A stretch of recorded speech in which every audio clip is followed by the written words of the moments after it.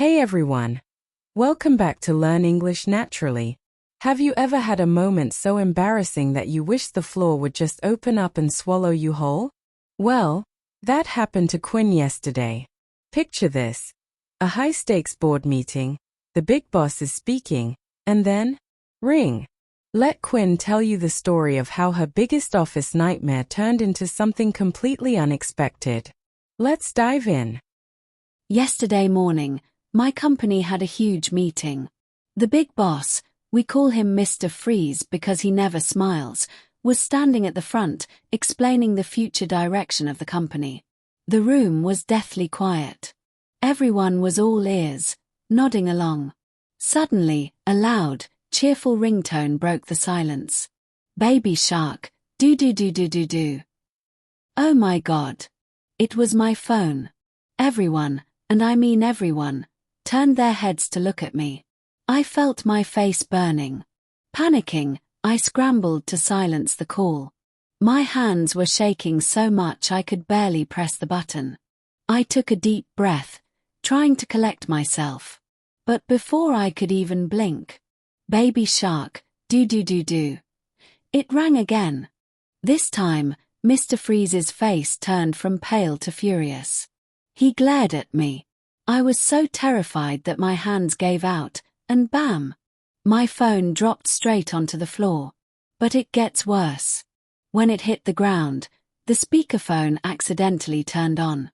Right at that moment, Mr. Freeze slowly walked over to me. I closed my eyes, preparing to get fired. The entire room went dead silent. You could hear a pin drop. But instead of a scream from the boss, a loud, booming voice echoed through the silent conference room from the floor. Hey Quinn, regarding the proposal you presented last week, my boss loved it. We want to sign $1 million contract with you guys. Let's set up a meeting to finalize the details. Hello? Quinn, you there? In that exact split second, Mr. Freeze's face completely changed.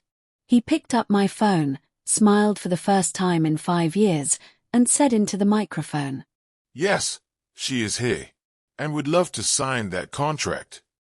Talk about an emotional roller coaster. I went from thinking I need to update my resume to wow, am I a hero now? When I got home, my husband saw my exhausted face and asked, How was work today? Honestly, I stood there for a whole minute, totally at a loss for words. How do you even explain a day like that? Now, before I tell you what Quinn's husband did next, which is the real twist, let's look at some super useful, natural expressions Quinn used in the story that you can use in your daily life. Phrase 1. Everyone was all ears. Instead of just saying everyone was listening carefully, use all ears.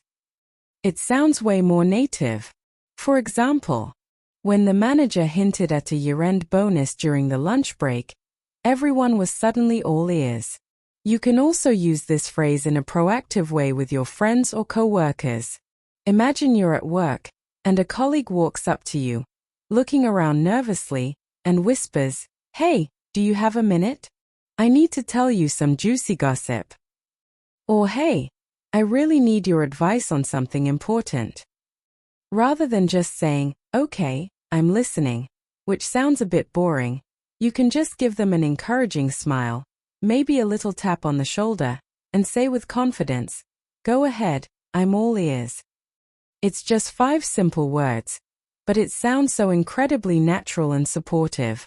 It instantly tells the other person, you have my 100% attention, tell me everything. So, next time someone has a secret to spill, try using I'm all ears and watch how impressed they are. Phrase 2. I scrambled to silence the call. Scramble means to move hurriedly or clumsily because you are in a rush or panicking. And for phones, we don't usually say turn off the sound, we say silence a call or put it on silent. Example.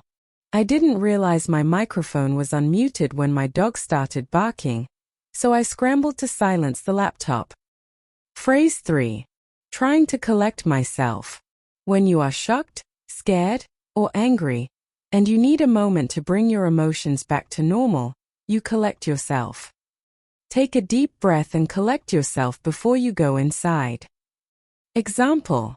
After my boss text messaged me, please come to my office right now, I took a deep breath, trying to collect myself before walking in.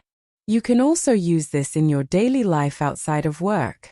Think about when you've just watched a super emotional movie and you're crying your eyes out, or when you've just survived a really scary near-miss traffic accident.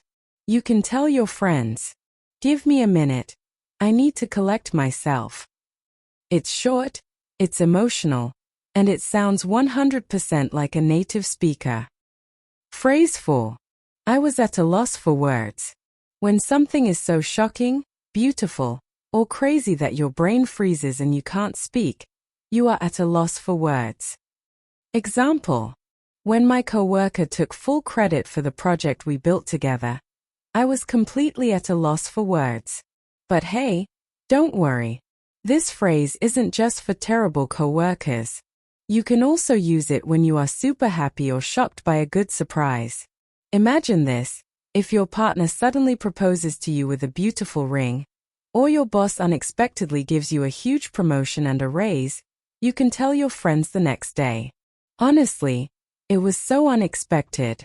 I was just at a loss for words. See? Same phrase, but depending on your facial expression, it can mean I'm furious or I'm incredibly happy. That is the beauty of learning English naturally. That's why I love these phrases. They aren't from some dead textbook. They are real, emotional, and everyday English. But let's be honest, I can already hear you guys screaming through the screen. Cheryl, please. What about Quinn's husband? What happened when she got home? Okay, let's get back to the kitchen. I was standing in my kitchen, at a loss for words, trying to explain this crazy day to my husband. Finally, I told him the whole story. I told him about the silence, the baby shark ringtone, the dropped phone, the $1 million contract, and how the big boss smiled. My husband looked at me with his mouth wide open. He looked shocked. He looked amazed. Then, he looked down at his own phone, started sweating, and whispered, Wait, if your client called you at 10 a.m., then whose proposal did I accidentally send to my boss this morning? My brain instantly connected the dots. If my laptop was at home, that means the laptop inside my bag right now is my husband's. Today during the meeting, I didn't even get a chance to open my bag because my phone rang and Mr. Freeze took over. That means my actual proposal was sitting on my kitchen table the whole time.